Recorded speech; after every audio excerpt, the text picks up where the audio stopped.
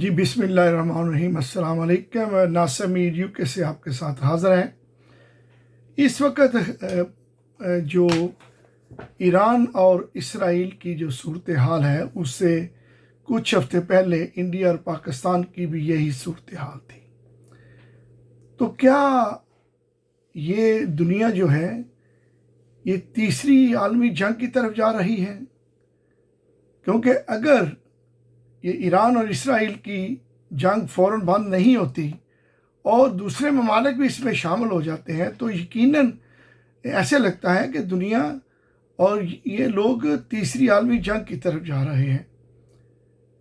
इस वक्त दुनिया के अंदर महंगाई का बुरा हाल है, कारोबार बहरान का शिकार है, आम आदमी पिस के रह रहा है। महंगाई की वजह से लोग अपने बिल देने से कासर हैं, वो बिजली हो, गैस हो या यूटिलिटी बिल्स हो। फूड की प्राइसेस इतनी बढ़ गई हैं कि लोगों की दस्तरस्तें बाहर होती जा रही, लोग कट डाउन कर रहे हैं। इस हालत में क्या इन लोगों को और कुछ नहीं सोचा और ये जंग की तरफ जा रहे हैं? इंडिया का जो हब है ग्रेटर इंडिया का, वो तो पाकिस्तान ने 10 मई को चकनाचूर कर दिया। अब यही इसराइल का जो हब है ग्रेटर इसराइल, तो क्या ईरान के पास क्या टेक्नोलॉजी है कि वो इनका ये हब चकनाचूर करेगा? अभी जो मिसाइल गिर रहे हैं इसराइल में, उससे तो उनका जो सेफ्टी डोम था वो भी नाकाम हुआ और तल अवीव के अंदर भरपूर तरीके से मिसाइल गिर रहे हैं।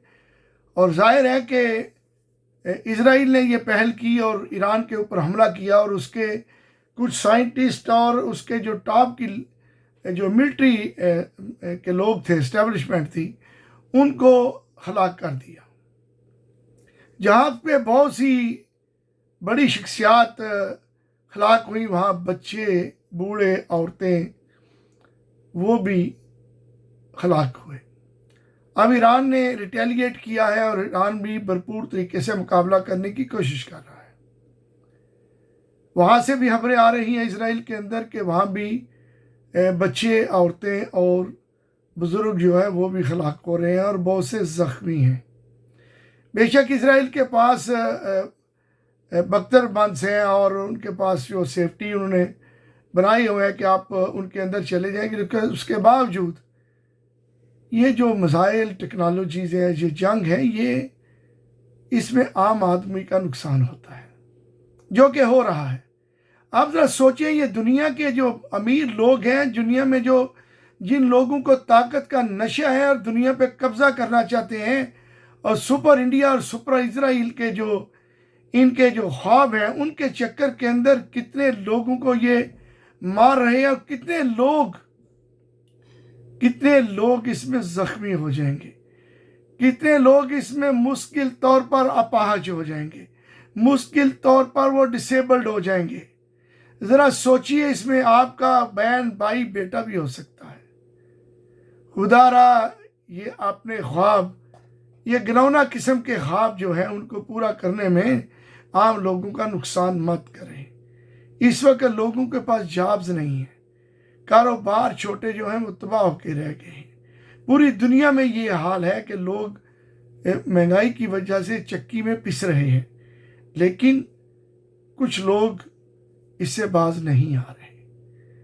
और ये जो मिसाइल गिर रहे हैं, जिस तरीके से दुनिया की लेटेस्ट टेक्नोलॉजी के ज़रिए एक दूसरे पर वार किया जा रहा है, इसमें नुकसान आम आदमी का हो रहा है।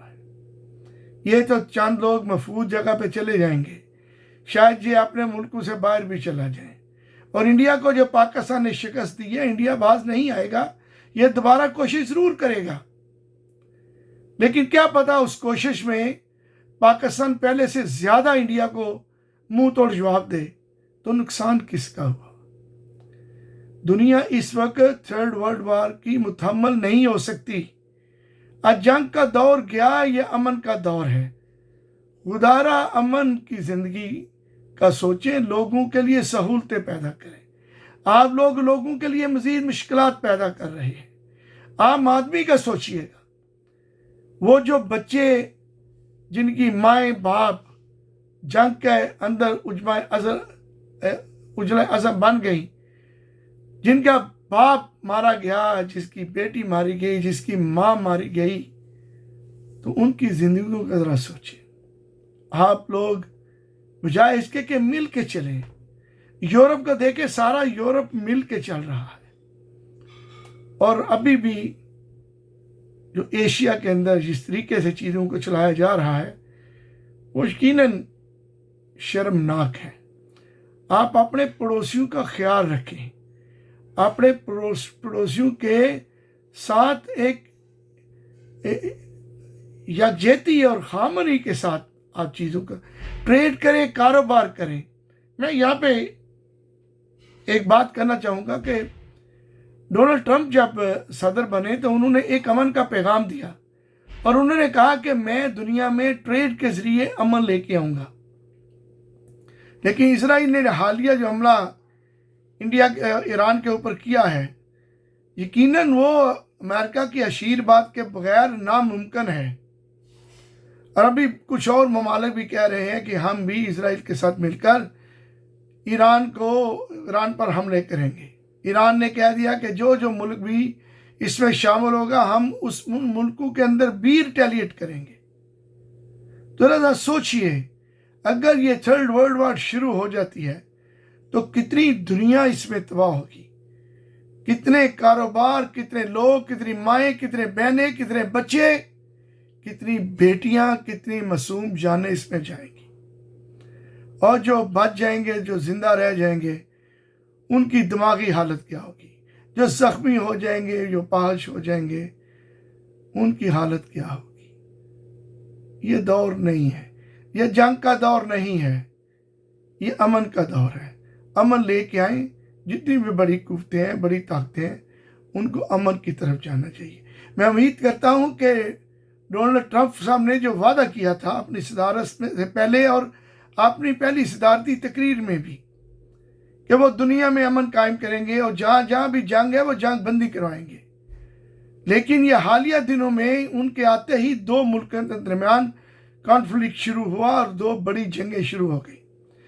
ان کا ٹھیک ہے، ان کا کہنا ہے کہ انہوں نے انڈیا پاکستان میں جنگ رکوا دی، لیکن ایران اور جو اسرائیل کی جنگ ہے وہ کتنے دنوں کے بعد بھی بڑھتی جا رہی ہے۔ اسرائیل نے جو نہتے فلسطینیوں پر جس طریقے سے انہوں نے وار کیے، جو حملے کیے، پورا شہر انہوں نے تباہ کر دیا، لاکھوں لوگ بے گھر ہو گئے، روٹی کھانے کو نہیں مل رہی۔ تو میں سمجھتا ہوں کہ ڈونلڈ ٹرمپ صاحب کو اس میں مداخلت کرنی چاہیے اور اپنا وعدہ پورا کرنا چاہیے کہ ان کے دور میں جنگیں نہیں ہوں گی۔ میرا یہی پیغام ہوگا، امن کا پیغام دے، اسرائیل ہو یا انڈیا ہو یا اور کوئی ملک ہو، جارحیت کے بجائے، اپنے آپ کو گریٹر ثابت کرنے کے بجائے، لوگوں کو، دوسرے ملکوں کو انڈر ایسٹیمیٹ مت کریں۔ اگر ایران کے پاس کوئی بڑی ٹیکنالوجی موجود ہوئی اور وہ بڑا حملہ کرنے میں کامیاب ہو جاتا ہے تو پھر کیا ہوگا؟ مزید نقصان، انسانیت کا نقصان، انسانوں کی جانیں جائیں گی۔ یہ نہ کریں، امن کا راستہ لیں۔ امید ہے کہ دنیا اس چیز کو دیکھے گی کہ جنگ کسی بھی مسئلے کا حل نہیں ہے، امن ہی کا راستہ لینا پڑے گا، امن لانا پڑے گا۔ امن کے ذریعے ہی آپ دیکھیں، نفرت کبھی نفرت سے نہیں بدل سکتی، نفرت صرف محبت سے بدلتی ہے۔ آپ مزید کانفلکٹ پیدا نہ کریں، نفرت پیدا نہ کریں، آپ محبت کا راستہ لیں، محبت کا درس دیں لوگوں کو۔ امید ہے کہ آئندہ دنوں میں دنیا امن کی طرف جائے گی، اور اسرائیل اور ایران کا جو کنفلکٹ ہے وہ بہت جلد جنگ بندی پر منحصر ہوگا، بہت جلد جنگ بند ہو جائے گی، اور مزید جانیں جو ہیں وہ ضائع نہیں ہوں۔